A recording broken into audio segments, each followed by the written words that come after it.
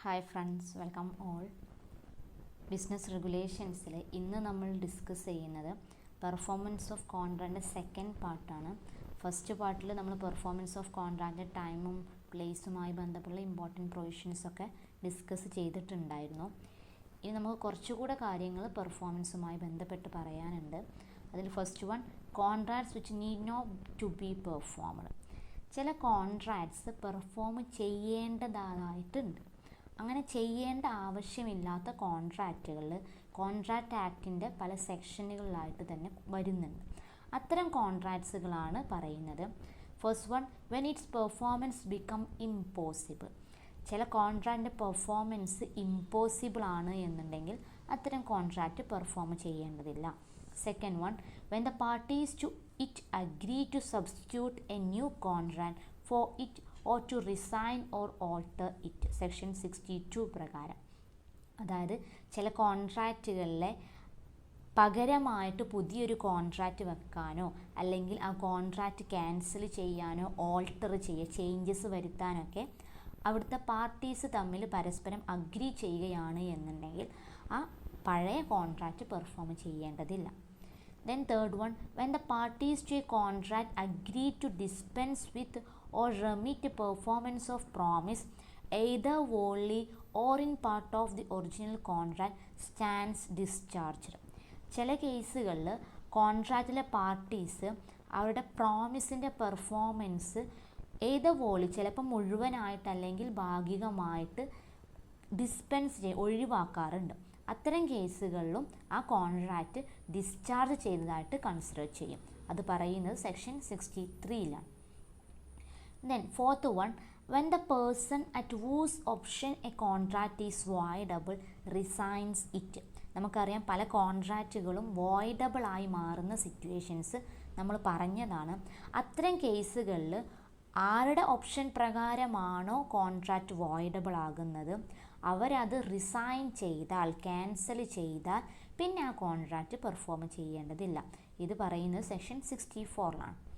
Then fifth one, when the promisee neglects or refuses to afford the promisor reasonable facilities for the performance of his promise. ചില കേസുകളിൽ ഒരു promisor അവരുടെ promise perform ചെയ്യണമെന്നുണ്ടെങ്കിൽ അതുമായി ബന്ധപ്പെട്ട ചില കാര്യങ്ങൾ പ്രോമിസി ചെയ്ത് കൊടുക്കാനുണ്ടാവും. അത്തരം കാര്യങ്ങൾ പ്രോമിസി നെഗ്ലക്റ്റ് ചെയ്യുകയാണ് എന്നുണ്ടെങ്കിൽ പ്രോമിസറിന് പിന്നെ ആ പ്രോമിസ് പെർഫോം ചെയ്യേണ്ടതായിട്ട് വരുന്നില്ല. അതാണ് സെക്ഷൻ 67 പറയുന്നത്. Then sixth one, when it is illegal. ചില കോൺട്രാക്റ്റിൽ ഇല്ലീഗൽ നാച്ചുറൽ വരുന്ന എന്തെങ്കിലും എലമെൻ്റ് ഉണ്ടെങ്കിൽ അത്തരം കോൺട്രാക്റ്റുകളും പെർഫോം ചെയ്യേണ്ടതില്ല. സോ ഈ 6 കേസുകളിൽ കോൺട്രാക്റ്റ് പെർഫോം ചെയ്യേണ്ടതില്ല എന്ന് കോൺട്രാക്റ്റ് ആക്റ്റിൽ പ്രത്യേകം സ്പെസിഫൈ ചെയ്തിട്ടുണ്ട്. അടുത്തത് ഡിസ്കസ് ചെയ്യാനുള്ള rules regarding joint promises. Joint promises എന്ന് പറഞ്ഞാൽ ചില കേസുകളിൽ കോൺട്രാക്റ്റിലെ പാർട്ടീസ് രണ്ടിൽ കൂടുതൽ, ദാറ്റ് മീൻസ് രണ്ടോ അതിൽ കൂടുതലോ ആൾക്കാരാണ് പ്രോമിസ് വെക്കുന്നത് എന്നുണ്ടെങ്കിൽ അവർ ജോയിൻറ്റ് പ്രോമിസസ് ആയിട്ട് മാറും. അങ്ങനെ പ്രോമിസേഴ്സ് രണ്ടോ അതിൽ കൂടുതലോ ആൾക്കാരുണ്ടെങ്കിൽ അവരെ ജോയിൻറ്റ് പ്രോമിസേഴ്സ് എന്നും, പ്രോമിസീസ് രണ്ടോ അതിൽ കൂടുതൽ പേരുണ്ടെങ്കിൽ ജോയിൻറ്റ് പ്രോമിസീസ് എന്നും പറയും. സോ ഒരു കോൺട്രാക്റ്റിൽ ഒന്നിൽ കൂടുതൽ പ്രോമിസസ് വരുന്ന കേസിൽ, ദാറ്റ് മീൻസ് രണ്ടോ അതിൽ കൂടുതലോ പ്രോമിസ് വരികയാണെങ്കിൽ അതാണ് ജോയിൻറ്റ് പ്രോമിസസ്. അങ്ങനെ ജോയിൻറ്റ് പ്രോമിസസ് ഉള്ള ഒരു കോൺട്രാക്റ്റ് പെർഫോം ചെയ്യുന്നതുമായി ബന്ധപ്പെട്ട് ചില റൂൾസ് ആൻഡ് റെഗുലേഷൻസ് ഉണ്ട്. അതാണ് അടുത്തത് പറയുന്നത്. അതിൽ first one, ഡിവല്യൂഷൻ of joint liabilities. Section 42 പ്രകാരം when 2 or more persons have made a joint promise, all of them must jointly fulfill the promise. Section 42 പ്രകാരം ഒരു പ്രോമിസ് വെച്ചിട്ടുള്ളത് രണ്ടോ അതിൽ കൂടുതൽ പേരോ ആണെങ്കിൽ അവരെല്ലാവരും കൂടി ഒരുമിച്ചിട്ട് ആ പ്രോമിസ് പെർഫോം ചെയ്യണം എന്നാണ് പറയുന്നത്. If any one of them dies his legal representatives must join with the surviving promisor to fulfil the promise. അതായത് രണ്ടോ അതിൽ കൂടുതലോ പ്രോമിസസ് ഉണ്ട്, അതിൽ ഒരാൾ മരിക്കുകയാണ് എന്നുണ്ടെങ്കിൽ ആ മരിച്ച വ്യക്തിയുടെ ലീഗൽ റെപ്രസെൻറ്റേറ്റീവ്സ് മറ്റുള്ള ജീവിച്ചിരിപ്പുള്ള പ്രോമിസേഴ്സുമായി ചേർന്നിട്ട് ആ പ്രോമിസ് ഫുൾഫിൽ ചെയ്യണം. Then third one, if all of them die, the legal representatives of all of them must fulfill the promise jointly. ഇനി ജോയിൻറ്റ് പ്രോമിസസ് എല്ലാവരും മരിക്കുകയാണെങ്കിൽ അവരുടെ എല്ലാവരുടെയും ലീഗൽ റെപ്രസെൻറ്റേറ്റീവ്സ് കൂടി ചേർന്നിട്ടും ആ പ്രോമിസ് ഫുൾഫിൽ ചെയ്യണം. ദെൻ സെക്കൻഡ് റൂൾ പറയുന്നത് any one of the joint promises may be compelled to perform. Section 43 പറയുന്നത് രണ്ടോ അതിൽ കൂടുതലോ പ്രോമിസേഴ്സ് ഉണ്ടാകുമ്പോൾ അവരിൽ ഏതെങ്കിലും ഒരു വ്യക്തി ചില സമയങ്ങളിൽ ആ പ്രോമിസ് പെർഫോം ചെയ്യാൻ നിർബന്ധിതനാവും. അത്തരം കേസിൽ ശ്രദ്ധിക്കേണ്ട കാര്യം, the promisee may compel any one or more of the joint promisors to perform the whole of the promise. This means that the liability of joint promisors is joint and several. അതായത് ഒരു promise perform ചെയ്യണം എന്നുള്ളത് പറയുന്നത് അല്ലെങ്കിൽ നിർബന്ധിക്കുന്നത് ഒന്നോ അല്ലെങ്കിൽ 2-3 എത്ര പേരുണ്ടോ അവരിൽ ആരെങ്കിലും ഒരാളോ അല്ലെങ്കിൽ ഒരു സ്പെസിഫിക് ആളെയാണ് നിർബന്ധിക്കുന്നത് എന്നുണ്ടെങ്കിൽ അവരെല്ലാവരും കൂടി ചെയ്യേണ്ട പ്രോമിസ് തന്നെയാണ് അവരുടെ റെസ്പോൺസിബിലിറ്റി അല്ലെങ്കിൽ അവരുടെ പെർഫോമൻസ് എന്ന് പറഞ്ഞ് ജോയിൻ്റ് ആണ് എന്നാണ് പറയുന്നത്. ഇനി when the joint promisor has been compelled to perform the whole of the promise, he may compel the other promisers to contribute equally with himself to the performance of the promise. ഇനി ഒന്നിൽ കൂടുതൽ പ്രോമിസേഴ്സ് ഉണ്ടാകുമ്പോൾ അതിൽ ഒരാൾ ആ promise perform ചെയ്യാൻ നിർബന്ധിതനായാൽ ആ വ്യക്തിക്ക്, ദാറ്റ് മീൻസ് ആരാണോ നിർബന്ധിതനായത് ആ വ്യക്തിക്ക് മറ്റുള്ള പ്രോമിസേഴ്സിനെ കമ്പൽ ചെയ്യാമെന്നുള്ളതാണ് പറയുന്നത്. Example, A, B and C are under a joint promise to pay D rupees 300. A is compelled to pay the whole amount to D. He may recover rupees 100 each from B and C. അതായത് A, B and C എന്ന് പറയുന്ന 3 വ്യക്തികൾ ഒരുമിച്ചിട്ട് D എന്ന് പറയുന്ന ഒരു വ്യക്തിക്ക് 300 രൂപ കൊടുക്കാനുണ്ട്. ദെൻ ഈ ഡി നിർബന്ധിച്ചതുകൊണ്ട് എ 300 രൂപ ഡിക്ക് കൊടുക്കുകയാണ്. ആക്ച്വലി ഈ 300 രൂപ 3 പേരും കൂടി കൊടുക്കാനുള്ളതാണ്, അതായത് 100 രൂപ ഓരോരുത്തർ കൊടുക്കാനുള്ളതാണ്. സോ ഈ കേസിൽ എ ഓൾറെഡി ഡിക്ക് 300 രൂപ കൊടുത്താലും എക്ക് 100 രൂപ ബിൻ്റെയും സിൻ്റെയും കയ്യിൽ നിന്ന് റിക്കവർ ചെയ്യാം എന്നുള്ളതാണ് പറയുന്നത്. അപ്പോൾ ആ പ്രോമിസ് പെർഫോം ചെയ്യേണ്ട റെസ്പോൺസിബിലിറ്റി എപ്പോഴും ജോയിൻ്റ് ആണ്, അവർ ഒരുമിച്ച് ചെയ്യേണ്ടതാണ്. Then when any one of the joint promisors makes default in the contribution, the remaining joint promisers must bear the loss arising from such default in equal shares. ഇങ്ങനെ joint പ്രോമിസേഴ്സിൻ്റെ കേസിൽ ഏതെങ്കിലും ഒരു promisor എന്തെങ്കിലും default വരുത്തുകയാണ്, അവർക്കത് കൊടുക്കാൻ കഴിയില്ല എന്നുണ്ടെങ്കിൽ അങ്ങനെ സിറ്റുവേഷൻസിൽ മറ്റുള്ള പാർട്ടീസ് ജോയിൻ്റ് ആയിട്ട് ആ ലോസ് സഫർ ചെയ്യണം എന്നുള്ളതാണ് പറയുന്നത്. Example, A, B and C are under a joint promise to pay D rupees 3,000. C is unable to pay anything and A is compelled to pay the whole sum. A is entitled to receive rupees 1,500 from B. A, B and C എന്നുള്ള 3 joint പ്രോമിസേഴ്സ് ഡിക്ക് 3000 രൂപ കൊടുക്കാനുണ്ട്. സിക്ക് കൊടുക്കാൻ കഴിയില്ല, സീൻ്റെ കയ്യിൽ ഒന്നുമില്ലാത്ത അവസ്ഥയാണ്. ആ സിറ്റുവേഷനിൽ എ ആ എമൗണ്ട് മുഴുവൻ ഡിക്ക് കൊടുത്തു വിചാരിക്കാം. ഇവിടെ എ കൊടുത്ത 3000-ൽ 1500 രൂപ ബീൻ്റെ കയ്യിൽ നിന്ന് റിക്കവർ ചെയ്യാനുള്ള റൈറ്റ് ഉണ്ട്. കാരണം സീൻ്റെ കയ്യിൽ നിന്ന് ഒന്നും കിട്ടാത്ത അവൾ സി ആണ് ഡീഫോൾട്ട് വരുത്തിയിട്ടുള്ളത്. സോ ഡീഫോൾട്ട് വരുത്തിയ സീൻ്റെ റെസ്പോൺസിബിലിറ്റി എയും ബിയും കൂടി ഷെയർ ചെയ്യണം. സോ ആക്ച്വലി ബീൻ്റെ ഷെയർ 1000 ആയിരിക്കും, പക്ഷേ സി ഒന്നും കൊടുക്കാത്തത് കൊണ്ട് ബി 1500 എക്ക് കൊടുക്കണം എന്നുള്ളതാണ് പറയുന്നത്. The next one, release of a joint promise. Section 44. The promisee may release any one of the joint promisers from the performance of the contract, but he never discharges the other promisers from liability, and released joint promiser also continues to be liable to the joint promisers. ഇനി ഒന്നിൽ കൂടുതൽ പ്രോമിസേഴ്സ് ഉണ്ടാകുകയും അതിൽ ഒരു പ്രോമിസറെ അവരുടെ ലാബിലിറ്റിയിൽ നിന്ന് promisee ഒഴിവാക്കി കൊടുക്കുകയും ചെയ്താലുള്ള കാര്യമാണ് ഇവിടെ പറയുന്നത്. അങ്ങനെ ഒരു പ്രോമിസറിൻ്റെ ലാബിലിറ്റി റിലീസ് ചെയ്ത് കൊടുത്തു, മറ്റുള്ള പ്രോമിസേഴ്സിൻ്റെ ലാബിലിറ്റി റിലീസ് ചെയ്തിട്ടില്ലെങ്കിൽ ഈ റിലീസ് ചെയ്ത് കിട്ടിയ പ്രോമിസറിൻ്റെ റെസ്പോൺസിബിലിറ്റി മറ്റുള്ള ജോയിൻറ്റ് പ്രോമിസേഴ്സിൽ നിന്ന് റിലീസാകുന്നില്ല. അതായത് എക്സാമ്പിൾ പറയുന്നത് A B and C jointly owe a ഡെബ്റ്റ് to Z. Z releases A from his liability and files a suit against B and C for payment of the debt. B and C are not released from their liability, nor A is discharged from his liability to B and C for consideration. A B C എന്ന് പറയുന്ന 3 വ്യക്തികൾ ഒരുമിച്ചിട്ട് സെഡിന് ഒരു specific amount കൊടുക്കാനുണ്ട്. അപ്പോൾ Z എന്നോട് പറയാണ് നീ തരേണ്ട, ബാക്കിയുള്ളവർ തരട്ടെ, തരാനുള്ളത് തരട്ടെ എന്ന് പറഞ്ഞിട്ട് ബീൻ്റെയും സീൻ്റെയും പേരിൽ കേസ് കൊടുത്തു വിചാരിക്കാം. ഇവിടെ എൻ്റെ സംബന്ധിച്ചിടത്തോളം ലാബിലിറ്റി സെഡിന് വേണ്ട എന്ന് പറഞ്ഞുകൊണ്ട് എൻ്റെ ലാബിലിറ്റി മുഴുവനായിട്ട് ഒഴിവാകുന്നില്ല. സെഡിലേക്ക് എൻ്റെ ലാബിലിറ്റി റിലീസ് ചെയ്തിട്ടുണ്ടെങ്കിലും ബിക്കും സീനോടും ആർക്ക് ലാബിലിറ്റി വരുന്നുണ്ട്, എക്ക് ലാബിലിറ്റി വരുന്നുണ്ട് എന്നുള്ളതാണ് പറയുന്നത്.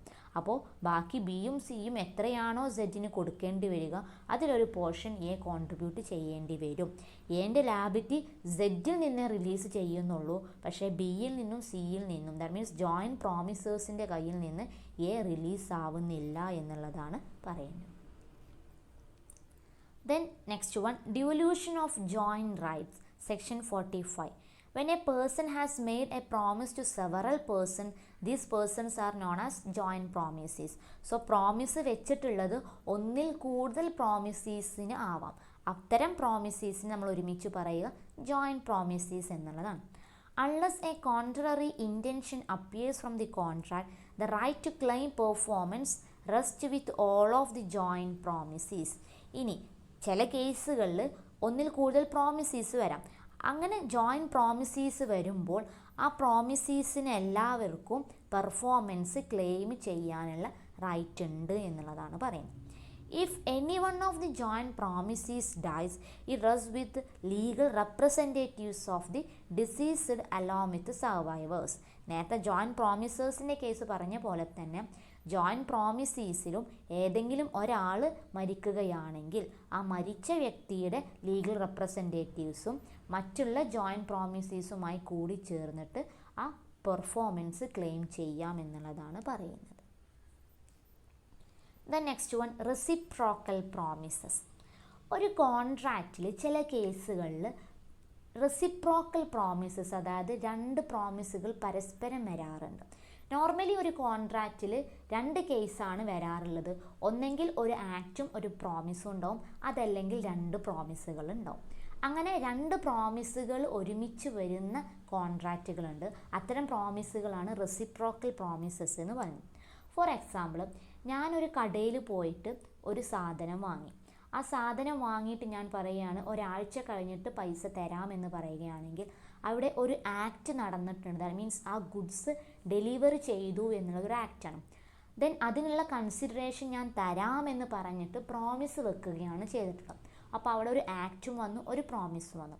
അതൊരു തരത്തിലുള്ള കോൺട്രാക്റ്റും. ഇനി മറ്റൊരു തരത്തിൽ വരുന്നത് എങ്ങനെയാണെന്ന് വെച്ചാൽ, ഞാനൊരു കടയിൽ പോയിട്ട് പറയണം എനിക്ക് ഇന്ന സാധനങ്ങൾ വേണം, അത് വീട്ടിലേക്ക് എത്തിക്കണം എന്ന് പറയണം. അങ്ങനെ ഷോപ്പിലുള്ള ആൾ പറഞ്ഞാൽ എത്തിക്കാം എന്ന് പറഞ്ഞു. ദാറ്റ് മീൻസ് ഈവനിങ്ങിൽ എത്തിക്കാം എന്ന് പറഞ്ഞു വിചാരിക്കാം. അപ്പോൾ ഞാൻ പറയുകയാണ് ഈവനിങ്ങിൽ ഡെലിവറി ചെയ്യുമ്പോൾ പൈസ തരാം എന്ന് പറയും. അപ്പോൾ ആ ഷോപ്പിലുള്ള ആളും ഒരു പ്രോമിസാണ് വെച്ചിട്ടുള്ളത്. ദെൻ ക്യാഷ് കൊടുക്കാമെന്ന് ഞാൻ പറയുമ്പോൾ ഞാനും ഒരു പ്രോമിസാണ് വെച്ചിട്ടുള്ളത്.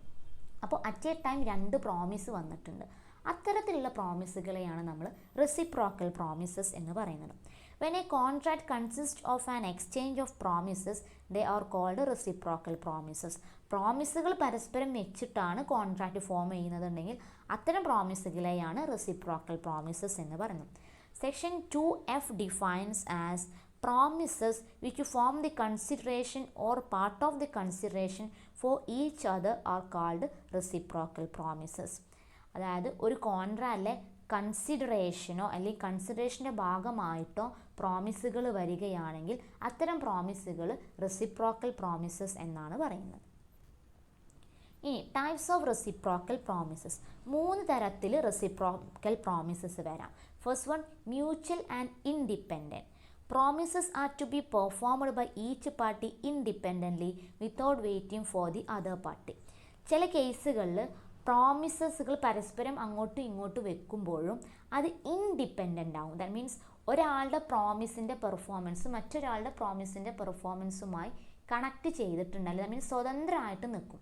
പ്രോമിസുകൾ കണക്റ്റഡ് ആണ്, ആ പ്രോമിസുകൾ കണക്റ്റഡ് ആയിട്ടാണ് കോൺട്രാക്റ്റ് ഫോം ചെയ്തിട്ടുള്ളത്. പക്ഷെ അതിൻ്റെ പെർഫോമൻസ് ഇൻഡിപെൻഡൻ്റ് ആയിട്ട് നിൽക്കുന്നുണ്ടെങ്കിൽ അതാണ് ഈ മ്യൂച്വൽ ആൻഡ് ഇൻഡിപെൻഡൻറ്റ് കേസിൽ പറയുന്നത്. Example, A promises to pay ₹50,000 on Sunday and B promises to deliver a scooter the next Sunday. A എന്ന് പറയുന്ന വ്യക്തി 50,000 രൂപ സൺഡേ തരാമെന്ന് പ്രോമിസ് വെച്ചു. ബി അവ പകരം പറയുകയാണ് സ്കൂട്ടർ അടുത്ത സൺഡേ, അതും കഴിഞ്ഞുള്ള സൺഡേ സ്കൂട്ടർ ഡെലിവറി ചെയ്യുമെന്ന് പറയാം. ഇവിടെ എ 50,000 രൂപ കൊടുക്കാമെന്ന് പറയുന്ന പ്രോമിസ് പെർഫോം ചെയ്യും. ദെൻ ഡെലിവറി ഓഫ് സ്കൂട്ടർ എന്ന് പറയുന്ന മറ്റൊരു പ്രോമിസും ഉണ്ട്. ഈ 2 പ്രോമിസുകളും ഒന്ന് കഴിഞ്ഞിട്ടേ ഒന്ന് ചെയ്യാൻ പാടുള്ളൂ, അല്ലെങ്കിൽ രണ്ടിൻ്റെ പെർഫോമൻസ് ഒരേ സമയത്താകണമെന്നൊന്നും പറയുന്നില്ല. രണ്ടും ഇൻഡിപെൻഡൻ്റ് ആയിട്ട് പെർഫോം ചെയ്യാം. Then second one, mutual and dependent. Performance of one party depends on prior performance of the other party. ചില കേസുകളിൽ ഒരു പ്രോമിസ് പെർഫോം ചെയ്യണമെന്നുണ്ടെങ്കിൽ മറ്റേ പ്രോമിസ് പെർഫോം ചെയ്തിട്ടുണ്ടാകണം. അത്തരം കേസുകളിലാണ് പ്രോമിസുകൾ ഡിപ്പെൻഡൻ്റ് ആണ് എന്ന് പറയുന്നത്. Example, A agrees to paint B's house for an agreed price. A ബീൻ്റെ വീട് പെയിൻറ്റ് ചെയ്ത് കൊടുക്കാനുള്ള അഗ്രിമെൻ്റാണ്. ബി അതിനൊരു സ്പെസിഫിക് എമൗണ്ടും കൊടുക്കും. ഇവിടെ ബീൻ്റെ വീട് പെയിൻറ്റ് ചെയ്ത് തന്നാലേ ബി ആ എമൗണ്ട് കൊടുക്കേണ്ടതുള്ളൂ. സോ ആദ്യം എ പ്രോമിസ് പെർഫോം ചെയ്യണം, അതിന് ശേഷമുള്ളൂ ബി പ്രോമിസ് പെർഫോം ചെയ്യുക. Then third one, mutual and concurrent. Promises are to be performed simultaneously. ഇവിടെ പറയുന്നത് പ്രോമിസുകൾ ഒരേ സമയം പെർഫോം ചെയ്യണം. അത്തരം കേസുകളിലാണ് റെസിപ്രോക്കൽ പ്രോമിസസിനെ മ്യൂച്വൽ ആൻഡ് കൺകറൻറ്റ് പ്രോമിസസ് എന്ന് പറയുന്നത്. Example, A promises to sell rice and B promises to pay on delivery. A അരി വിൽക്കുകയാണ്, ബി അതിനുള്ള ക്യാഷ് കൊടുക്കുകയാണ്. സോ എ അത് വിൽക്കുമ്പോൾ തന്നെ എക്ക് ക്യാഷ് കിട്ടണം, ക്യാഷ് ഡെലിവറി ആണെങ്കിൽ അപ്പം തന്നെ കിട്ടണം. സോ ഒരേ സമയമാണ് രണ്ടാളും പ്രോമിസ് പെർഫോം ചെയ്യുന്നത് എന്നുണ്ടെങ്കിൽ അതാണ് മ്യൂച്വൽ ആൻഡ് കൺകറൻറ്റ് പ്രോമിസസ് എന്ന് പറയും. ഇനി rules regarding performance of reciprocal promises. Reciprocal പ്രോമിസസിൻ്റെ പെർഫോമൻസുമായി ബന്ധപ്പെട്ട് ശ്രദ്ധിക്കേണ്ട ചില കാര്യങ്ങളാണ്. First one, when a contract consist of reciprocal promises to be simultaneously performed, the promiser need not perform his promise unless the promisee is ready and willing to perform his reciprocal promise. അതായത് reciprocal promises ഉണ്ടാവുകയും അത് simultaneous ആയി perform ചെയ്യേണ്ടതുമാണെങ്കിൽ ഒരു promisor അയാളുടെ promise perform ചെയ്യാൻ ready അല്ല എന്നുണ്ടെങ്കിൽ മറ്റേ പ്രോമിസർ അവരുടെ പ്രോമിസും പെർഫോം ചെയ്യേണ്ടതില്ല എന്നുള്ളതാണ് പറയുന്നത്. In the case of simultaneous promises. So 2 പ്രോമിസും ഒരേ സമയം ചെയ്യേണ്ടതാണെങ്കിൽ 2 വ്യക്തികളും ചെയ്യാൻ റെഡി ആണെങ്കിലേ അത് കംപ്ലീറ്റ് ആവുന്നുള്ളൂ. സോ അതിൽ ഒരു പാർട്ടി അവരുടെ പ്രോമിസ് പെർഫോം ചെയ്യാൻ റെഡി അല്ല എന്നുണ്ടെങ്കിൽ മറ്റേ പാർട്ടി അവരുടെ പ്രോമിസും പെർഫോം ചെയ്യേണ്ടതില്ല. Example, A and B contract that A shall deliver certain goods to be paid for by B on delivery. A need not deliver the goods unless B is ready and willing to pay for the goods on delivery. B need not pay for the goods unless A is ready and willing to deliver them on payment. അതായത് എയും ബിയും തമ്മിൽ certain goods delivery ചെയ്യുന്നതുമായി ബന്ധപ്പെട്ട contract ആണ്. Delivery ചെയ്യുമ്പോൾ B ആ cash കൊടുക്കുകയും ചെയ്യും. ദെൻ എ എന്ന് പറയുന്ന വ്യക്തിയാണ് ഗുഡ്സ് ഡെലിവറി ചെയ്യേണ്ടത്. അതാണ് എൻ്റെ പ്രോമിസ്. ബീൻ്റെ പ്രോമിസ് എന്ന് പറഞ്ഞാൽ അതിന് ക്യാഷ് കൊടുക്കുക എന്നുള്ളതാണ്. സോ എ ഗുഡ്സ് ഡെലിവറി ചെയ്യാൻ റെഡി അല്ല എന്നുണ്ടെങ്കിൽ ബി അതിന് പേയ്മെൻറ്റ് കൊടുക്കണ്ട. ബി പേയ്മെൻറ്റ് കൊടുക്കാൻ റെഡി അല്ല എന്നുണ്ടെങ്കിൽ എ ഗുഡ്സ് ഡെലിവറി ചെയ്യുകയും വേണ്ട. സോ രണ്ട് പ്രോമിസുകളും ഒരേ സമയം പെർഫോം ചെയ്യേണ്ടതാണ്. അതിൽ മറ്റേ പാർട്ടി പെർഫോം ചെയ്യാൻ റെഡി അല്ലെങ്കിൽ ഈ പാർട്ടി ആ പെർഫോമൻസ് നടത്തേണ്ട ആവശ്യമില്ല എന്നുള്ളതാണ് പറയുന്നത്. In the case of simultaneous promises. Next one, when the order in which reciprocal promises are to be performed is expressly fixed by the contract, they must be performed in that order. Section 52. അതായത് section 52-ൽ പറയുന്നത് ചില കേസുകൾ reciprocal പ്രോമിസസിൻ്റെ order correct fix ചെയ്യും. അങ്ങനെ order fix ചെയ്യുന്ന കേസുകളിൽ ആ order പ്രകാരം തന്നെയാണ് പ്രോമിസ് പെർഫോം ചെയ്യേണ്ടത് എന്നാണ് പറയുന്നത്. Example, A and B contract that A shall build a house for B at a fixed price. A's promise to build the house must be performed before B's promise to pay for it.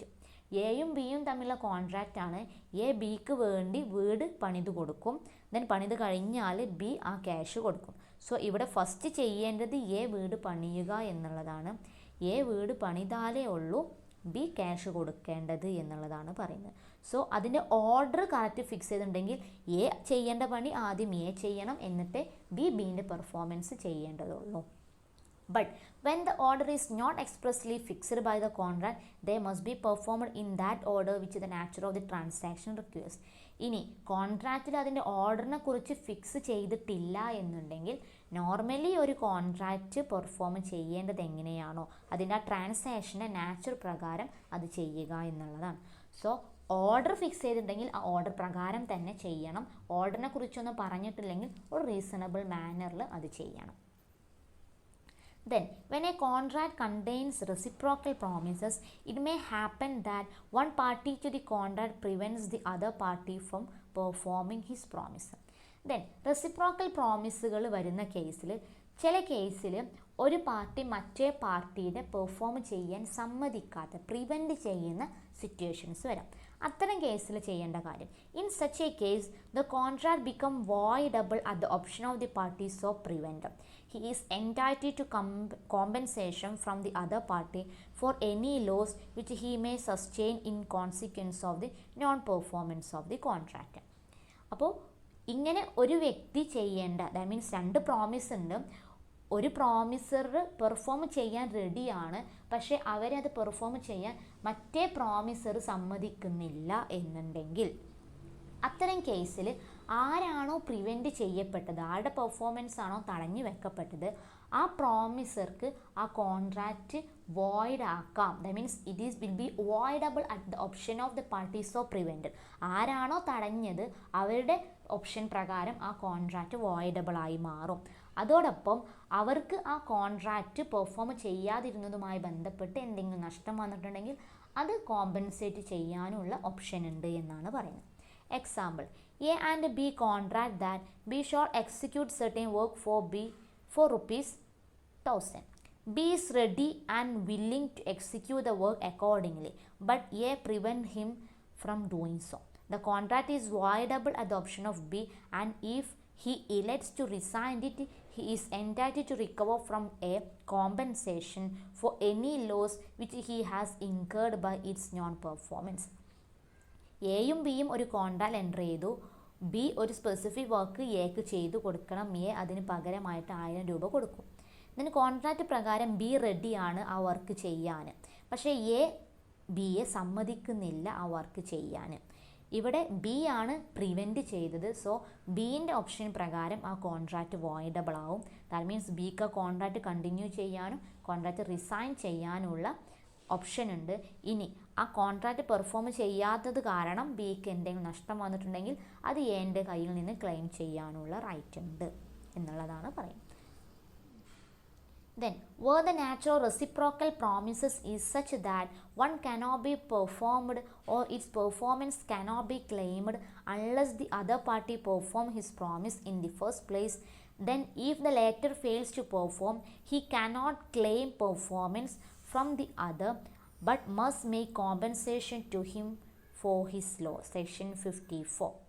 ഇവിടെ പറയുന്നത്, നമ്മൾ നേരത്തെ പറഞ്ഞു ചില കോൺട്രാക്റ്റുകൾ പെർഫോമൻസിൻ്റെ order fix ചെയ്യും. So ആദ്യം ഒരു വ്യക്തി ചെയ്യേണ്ടി വരും, ദെൻ സെക്കൻഡ് മറ്റൊരു വ്യക്തി ചെയ്യേണ്ടി വരും. So in such that one cannot be performed or its performance cannot be claimed unless the other party perform his promise. അങ്ങനെ ഒരു വ്യക്തിയുടെ പെർഫോമൻസ് പ്രോമിസ് പെർഫോം ചെയ്യണമെന്നുണ്ടെങ്കിൽ മറ്റേ വ്യക്തി അവരുടെ പ്രോമിസ് പെർഫോം ചെയ്യേണ്ടതായിട്ട് വരും. അങ്ങനെ ചെയ്യേണ്ട കേസിൽ ആദ്യം ചെയ്യേണ്ട വ്യക്തി അവരുടെ പെർഫോമൻസ് നടത്തിയിട്ടില്ലെങ്കിൽ രണ്ടാമത് ചെയ്യേണ്ട വ്യക്തിക്ക് അത് ചെയ്യേണ്ടതില്ല എന്നുള്ളതാണ് പറയുന്നത്. Example, A promises B to sell him 100 bags of rice to be delivered next day, and B promises A to pay for them within a month. A does not deliver according to his promise. B's promise to pay the amount need not be performed and A must make compensation. എയും ബിയും തമ്മിലുള്ള contract ആണ്. A 100 bag of rice next day കൊടുക്കാം എന്ന് പറയും. B delivery ചെയ്ത് കഴിഞ്ഞാൽ within A month payment എക്ക് കൊടുക്കാമെന്ന് പറയും. ഇവിടെ A 100 bags of rice delivery ചെയ്തിട്ടില്ല എന്നുണ്ടെങ്കിൽ ബി പിന്നെ ആ ക്യാഷ് കൊടുക്കേണ്ടതില്ല. ഇനി എക്ക് പിന്നെ എ പ്രോമിസ് പെർഫോം ചെയ്യാത്തത് കൊണ്ട് ബി ആ പ്രോമിസ് പെർഫോം ചെയ്യണമെന്ന് ക്ലെയിം ചെയ്യാനും കഴിയില്ല എന്നുള്ളതാണ് പറയുന്നത്. അപ്പോൾ ഇങ്ങനെ ആദ്യം ചെയ്യേണ്ട കാര്യം ആദ്യം ചെയ്യണം. അവരത് ചെയ്യാതെ മറ്റേ പാർട്ടിയോട് അവരുടെ പ്രോമിസ് പെർഫോം ചെയ്യാൻ പറയാൻ കഴിയില്ല എന്നുള്ളതാണ് പറയുന്നത്. Then, where persons reciprocally promise firstly to do certain other things which are legal and secondly under specified circumstances to do certain things which are illegal. The first set of promise is a contract but the second is a void agreement. ഇനി reciprocal പ്രോമിസിൻ്റെ കേസിൽ ഒരു promise ലീഗലായുള്ള കാര്യവുമായി ബന്ധപ്പെട്ടതും ഒരു promise illegal natural വരുന്നതും ആണെങ്കിൽ legal നാച്ചുറുമായി ബന്ധപ്പെട്ടത് കോൺട്രാക്റ്റായി consider ചെയ്യുകയും മറ്റേ ഇല്ലീഗലായിട്ടുള്ള promise വോയിഡായിട്ട് consider ചെയ്യുകയും ചെയ്യും. Example, A and B agree that A shall sell B a house that belongs to A for ₹10,000. But that if B uses it as a gambling house, B shall pay A ₹50,000 for it. The first, namely sale of house for ₹10,000 is a contract, but the second part, namely using it for gambling, being unlawful object, is a void agreement. ഇവിടെ എയും ബിയും തമ്മിൽ agreement ആണ്. A അവരുടെ വീട് ബിക്ക് 10,000 രൂപക്ക് വിൽക്കുകയാണ്. അതൊരു പ്രോമിസാണ്. ദെൻ സെക്കൻഡ് ഒരു പ്രോമിസ് വരികയാണ്, ബി ഇൻ കേസ് ആ വീട് ഗാംബ്ലിംഗ് ഹൗസിന് ഉപയോഗിക്കുകയാണ് എന്നുണ്ടെങ്കിൽ ബി 50,000 രൂപ എക്ക് കൊടുക്കുമെന്ന് പറയുന്നത്. അത് സെക്കൻഡ് പ്രോമിസാണ്. ഇവിടെ ഫസ്റ്റ് പ്രോമിസ് ലീഗലാണ്, അതുമായി ബന്ധപ്പെട്ട് ഒരു പ്രശ്നം വരുന്നില്ല, അതുകൊണ്ട് തന്നെ അത് വാലിഡ് ആയിരിക്കും.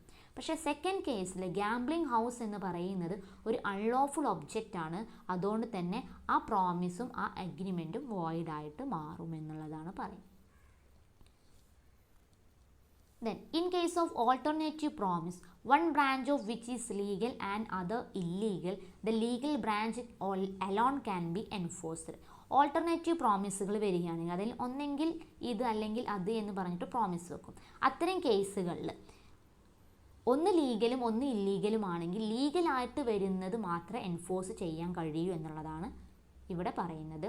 Example, A and B agree that A shall pay ₹10,000 for which B shall afterwards deliver to A either rice or smuggled opium. That is valid contract to deliver rice and a void agreement as opium. Opium എന്ന് പറഞ്ഞാൽ ഈ കറുപ്പ് അല്ലെങ്കിൽ അങ്ങനെ ഉള്ള കച്ചവടം, that means കറുപ്പ് കച്ചവടം മീൻസ് ഈ സ്മഗിൾഡ് ഐറ്റംസിൻ്റെയൊക്കെ കച്ചവടമാണ് ഉദ്ദേശിക്കുന്നത്. അങ്ങനെ ഓപ്പിയം ഡെലിവർ ചെയ്യുന്നതുമായി ബന്ധപ്പെട്ടുള്ള കോൺട്രാക്റ്റ് എന്ന് പറയുന്നത് വോയിഡാണ്. അതേസമയം റൈസാണ് ഡെലിവറി ചെയ്യുന്നത് എന്നുണ്ടെങ്കിൽ അത് വാലിഡായിട്ട് കൺസിഡർ ചെയ്യാൻ കഴിയുമെന്നുള്ളതാണ് പറയുന്നത്. The next one, assignment of contract. അടുത്തൊരു ടോപ്പിക്കാണ് അസൈൻമെൻറ്റ് ഓഫ് കോൺട്രാക്ട്. അസൈൻ എന്ന് പറഞ്ഞാൽ transfer. Assignment of a contract means transfer of contractual rights and liabilities under the contract to a third party with or without the concurrence of the other party to the contract.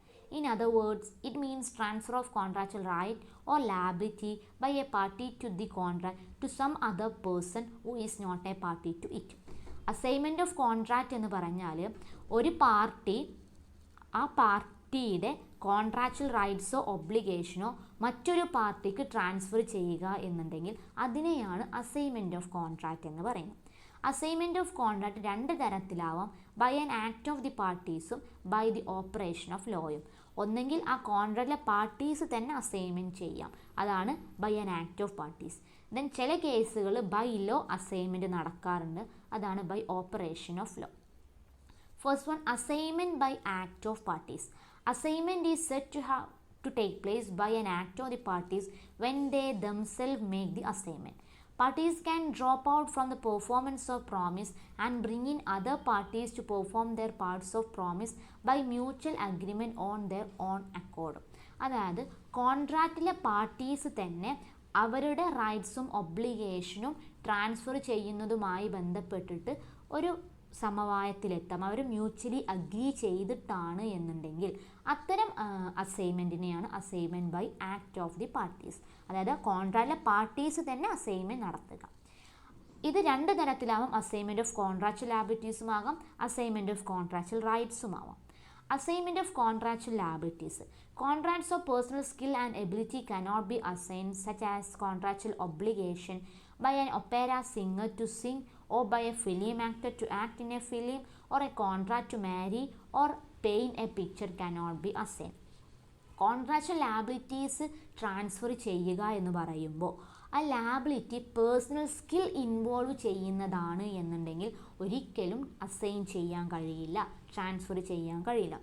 അതാണ് പറയുന്നത്, ഒരു singer പാടണം, that means singer Singh ചെയ്യുന്നതുമായി ബന്ധപ്പെട്ടുള്ള ഒരു കോൺട്രാക്റ്റിൽ ആ സിംഗറിൻ്റെ liability എന്ന് പറയുന്നത് അവർ ആ സ്പെസിഫിക് ഡേയിൽ സ്പെസിഫിക് പ്ലേസിൽ പോയി പാടുക എന്നുള്ളതാണ്. അവരുടെ ആ ഒബ്ലിഗേഷൻ അവർ വേറൊരാളെ ഏൽപ്പിക്കുക എന്ന് പറഞ്ഞാൽ നടക്കുന്ന കാര്യമല്ല. ആ സിംഗറിൻ്റെ പേഴ്സണൽ സ്കില്ല് ഇൻവോൾവ് ചെയ്യുന്ന ഒരു ഒബ്ലിഗേഷനാണ്, അതായത് സിംഗർ തന്നെ ചെയ്യണം. അതുപോലെ തന്നെയാണ് ഒരു ഫിലിം ആക്ടർ ഫിലിമിൽ അഭിനയിക്കുക എന്ന് പറയുമ്പോൾ മാരേജുമായി ബന്ധപ്പെട്ട് ഒരാൾ ചെയ്യേണ്ട ഒബ്ലിഗേഷനാണ് അവർ മാരേജ് ചെയ്യുക എന്നുള്ളത്. അവർ വിവാഹം ചെയ്യാതെ അവർക്ക് പകരം വേറൊരാളെ ആക്കാൻ പറ്റുന്നില്ല.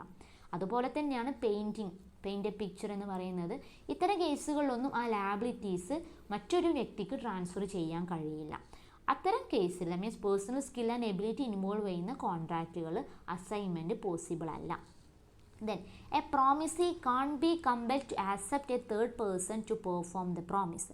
ഇനി ഈ കോൺട്രാക്ച്വൽ ലാബിലിറ്റീസ് ട്രാൻസ്ഫർ ചെയ്യുക എന്ന് പറയുന്നത് ആ കോൺട്രാക്റ്റിലെ പാർട്ടീസ് പരസ്പരം സമ്മതിച്ചിട്ടുണ്ടെങ്കിലേ നടക്കുകയുള്ളൂ.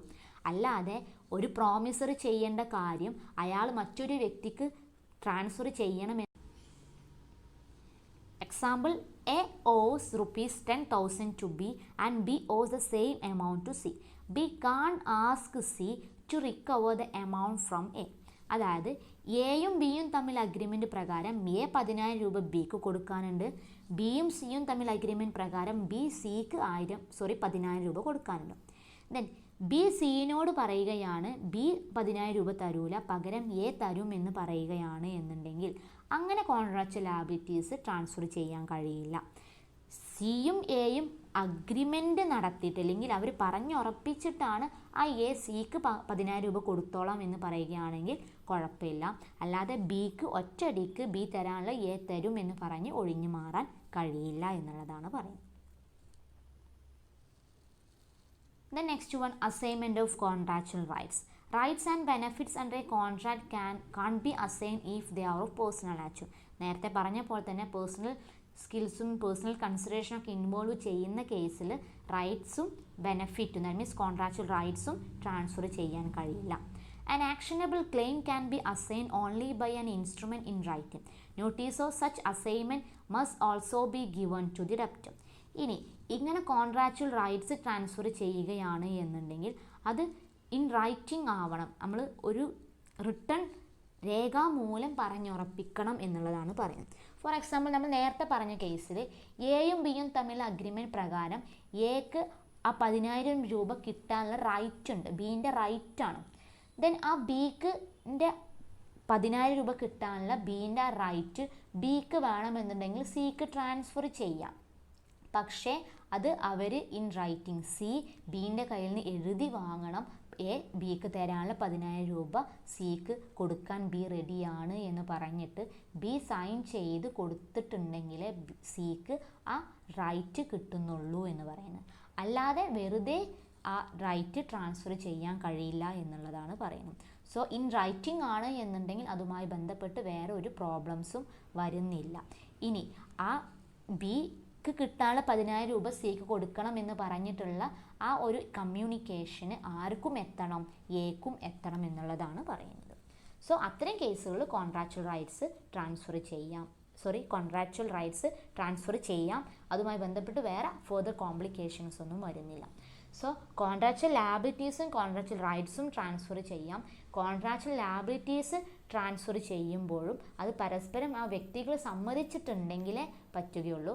കോൺട്രാക്ച്വൽ റൈറ്റ്സ് ട്രാൻസ്ഫർ ചെയ്യുമ്പോഴും അതുമായി ബന്ധപ്പെട്ടുള്ള കമ്മ്യൂണിക്കേഷൻ കറക്റ്റ് നടക്കണം. Then assignment by operation of law. ഇനി കോൺട്രാക്റ്റിലെ പാർട്ടീസ് അസൈൻമെൻറ്റ് നടത്താതെയും ചില കേസുകളിൽ ബൈ ലോ അസൈൻമെൻറ്റ് നടക്കാറുണ്ട്. അത് 2 കേസാണ് വരുന്നത്. This takes place in case of death or insolvency of promisor. ഒന്നെങ്കിൽ പ്രോമിസ് മരിക്കുകയോ അല്ലെങ്കിൽ പ്രോമിസർ ഇൻസോൾവൻ്റ് ആവുകയോ ചെയ്യുന്ന കേസുകൾ അസൈൻമെൻറ്റ് എന്ന് പറയുന്നത് ബൈ ലോ ആണ് നടക്കാറുള്ളത്. In such cases, rights and liabilities are transferred to legal representatives of the deceased promisor or to the official assignee or receiver on becoming promisor a insolvent. ഇവിടെ promisor മരിക്കുകയാണ് എന്നുണ്ടെങ്കിൽ പ്രോമിസറിൻ്റെ legal റെപ്രസെൻറ്റേറ്റീവ്സിലേക്കാണ് ആ റൈറ്റ്സും ലാബിലിറ്റീസും transfer ചെയ്യുന്നത്. ഇനി promisor ഇൻസോൾവൻ്റ് ആവുകയാണ് എന്നുണ്ടെങ്കിൽ ആ ഇൻസോൾവെൻറ്റിൻ്റെ official അസൈനിയോ receiver, അതായത് ഇൻസോൾവെൻറ്റിൻ്റെ പ്രൊസീഡിങ്സ് നടത്തിക്കൊണ്ടു പോകുന്നതിന് അപ്പോയിൻറ്റ് ചെയ്തിട്ടുള്ള വ്യക്തിയാണ് ഒഫീഷ്യൽ അസൈനി ഓർ റിസീവർ. അവർക്കായിരിക്കും ആ റൈറ്റ് ആൻഡ് ലാബിലിറ്റീസ് ട്രാൻസ്ഫർ ചെയ്ത് കൊടുക്കുക. However, contracts requiring personal skill or services cannot be transferred. ഇനി ബൈ ലോ ആണ് എന്നുണ്ടെങ്കിലും പേഴ്സണൽ കൺസിഡറേഷൻസ് വരുന്ന കോൺട്രാക്റ്റുമായി ബന്ധപ്പെട്ടുള്ള റൈറ്റ്സ് ആൻഡ് ഒബ്ലിഗേഷൻസ് ട്രാൻസ്ഫർ ചെയ്യാൻ കഴിയില്ല. Then assignment and succession. In assignment, only the benefit of a contract can be assigned and not the liabilities attached thereto. In case of succession, both benefit and burden attached to the contract devolve upon the legal heirs. അസൈൻമെൻറ്റുമായി ബന്ധപ്പെട്ട് വരുന്ന കോൺട്രാക്റ്റിൻ്റെ ബെനഫിറ്റുകൾ transfer ചെയ്യാം, പക്ഷേ അതുമായി ബന്ധപ്പെട്ട് വരുന്ന liabilities അതോടൊപ്പം transfer ചെയ്യാൻ കഴിയില്ല. ഇനി സസെഷൻ്റെ കേസിലാണ് സസെഷൻ എന്ന് പറഞ്ഞാൽ നമുക്ക് പിന്തുടർച്ചാവകാശം അനന്തരമായി കിട്ടുന്ന കാര്യമാണ് പറയുന്നത്. അങ്ങനെ അനന്തരമായി കിട്ടുന്നതുമായി ബന്ധപ്പെട്ടിട്ട് വരുന്ന റൈറ്റ്സും ഒബ്ലിഗേഷൻസും ട്രാൻസ്ഫർ ചെയ്തു പോകും എന്നുള്ളതാണ് പറയുന്നത്. അസൈൻമെൻറ്റിൽ റൈറ്റ്സോ ഒബ്ലിഗേഷൻസോ ട്രാൻസ്ഫർ ചെയ്യാം, പക്ഷേ റൈറ്റ്സ് ട്രാൻസ്ഫർ ചെയ്ത് പോകുമ്പോൾ അതുമായി ബന്ധപ്പെടുന്ന ലാബിലിറ്റീസ് ട്രാൻസ്ഫർ ചെയ്യുന്നില്ല. അതേസമയം സസെഷൻ്റെ കേസിൽ റൈറ്റ്സ് ട്രാൻസ്ഫർ ചെയ്തു പോകുമ്പോൾ അതുമായി ബന്ധപ്പെട്ട ലാബിലിറ്റീസും ട്രാൻസ്ഫർ ചെയ്യും. അതായത് a son succeeding his father's estate shall be liable to meet the debts and liability of his father to the extent of the property inherited. ഒരു മകൻക്ക് അവരുടെ പിതാവിൻ്റെ പ്രോപ്പർട്ടി അനന്തരമായി കിട്ടിയാൽ ആ പിതാവിൻ്റെ പ്രോപ്പർട്ടിയുമുള്ള റൈറ്റ് മാത്രമല്ല കിട്ടുന്നത്, പിതാവിന് എന്തൊക്കെ റെസ്പോൺസിബിലിറ്റീസ് ഒബ്ലിഗേഷൻസ് ഉണ്ടായിരുന്നോ അതും കൂടിയും ആ പ്രോപ്പർട്ടിയിൽ നിന്ന് കൊടുക്കണം എന്നുള്ളതാണ് പറയുന്നത്. സോ ആ പ്രോപ്പർട്ടി കിട്ടുക എന്ന് പറഞ്ഞ റൈറ്റാണ്, ഒരു ബെനഫിറ്റാണ്. ആ ബെനഫിറ്റ് റിസീവ് ചെയ്യുന്നതോടൊപ്പം ആ ഫാദറിന് എന്തെങ്കിലും ഒബ്ലിഗേഷൻസ് ഉണ്ടായിട്ടുണ്ടെങ്കിൽ അത് ഈ പ്രോപ്പർട്ടിയിൽ നിന്ന് കൊടുത്ത് തീർക്കണം എന്നുള്ളതാണ് പറയുന്നത്. അത് പ്രോപ്പർട്ടിയിലേക്ക് ലിമിറ്റഡ് ആണ്. പ്രോപ്പർട്ടിയിൽ കവിഞ്ഞ് വേറെ ഒബ്ലിഗേഷൻസ് വരുന്നുണ്ടെങ്കിൽ അത് മകൻ കൊടുക്കേണ്ട ആവശ്യമില്ല. പക്ഷേ ആ പ്രോപ്പർട്ടിയിൽ ഒതുങ്ങുന്ന തരത്തിലുള്ള ഒബ്ലിഗേഷൻസ് അതിൽ നിന്ന് കൊടുത്തു തീർക്കാൻ ഈ മകന് ബാധ്യസ്ഥനാണ്. സോ സസെഷൻ്റെ കേസിൽ ആ റൈറ്റ്സ് ആൻഡ് ബെനിഫിറ്റ്സ് കിട്ടുന്നതിനോട് കൂടെ തന്നെ അതുമായി ബന്ധപ്പെട്ടിട്ടുള്ള ലാബിലിറ്റീസും വരും. പക്ഷേ അസൈൻമെൻറ്റ് കേസിൽ റൈറ്റ്സ് ട്രാൻസ്ഫർ ചെയ്യുമ്പോൾ ആ റൈറ്റുമായി ബന്ധപ്പെട്ട് എന്തെങ്കിലും ലാബിലിറ്റീസ് ഉണ്ടെങ്കിൽ അത് ട്രാൻസ്ഫർ ചെയ്യപ്പെടുന്നില്ല. ഇത്രയാണ് അസൈൻമെൻറ്റും സസെഷനുമായി ബന്ധപ്പെട്ട് പറയാനുള്ളത്. പെർഫോമൻസ് ഓഫ് കോൺട്രാക്റ്റുമായി ഓവറോൾ പറയാനുള്ള ഇത്ര കാര്യങ്ങളാണ്. എല്ലാം ക്ലിയർ ആയിട്ടുണ്ടെന്ന് വിശ്വസിക്കുന്നു. Okay, thank you.